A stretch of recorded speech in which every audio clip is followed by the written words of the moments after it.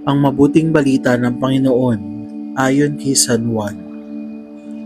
Noong panahong iyon, sinabi ni Jesus, "Ako ang mabuting pastol." Iniaalay ng mabuting pastol ang kanyang buhay para sa mga tupa. Ang upahan ay tumatakas kapag nakikitang dumarating ang asong gubat.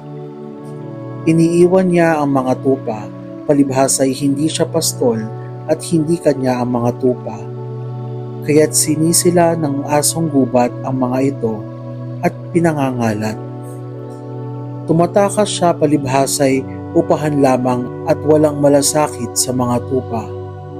Ako ang mabuting pastol, kung paano nakikilala ako ng Ama at siya'y nakikilala ko. Gayon din naman, nakikilala ko ang aking mga tupa at ako na may nakikilala nila.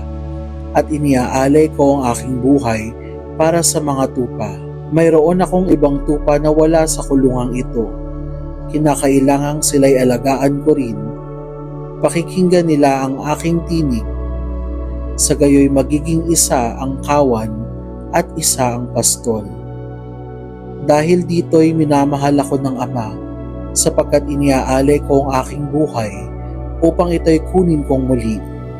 Walang makakukuha nito sa akin, kusa ko itong ibinibigay. Mayroon akong kapangyarihang ibigay ito at kunin uli. Ito ang utos na tinanggap ko sa aking Ama. Ang mabuting balita ng Panginoon. Pinupuri ka namin, Panginoong Hesukristo.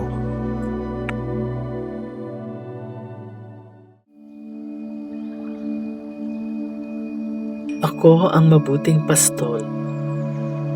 Sa talinghaga ng pag-aalaga ng mga tupa, ang mga tao ang kawan at si Jesus ang mabuting pastol. Naging malinaw kung anong uri ng pastol si Jesus. Isinalarawan niya ito sa paggamit ng pang-uring mabuti.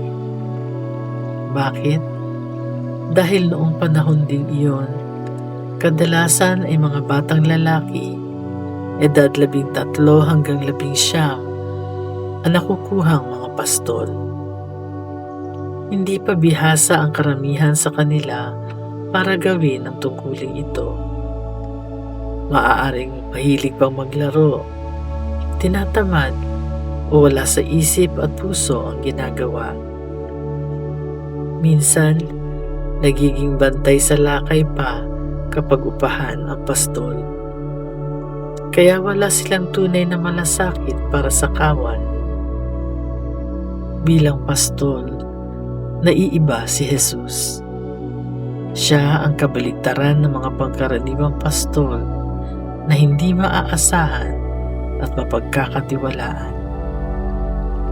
Nakaugat ang kabutihan niya sa kahandaang mag-alay ng buhay alang-alang sa lahat.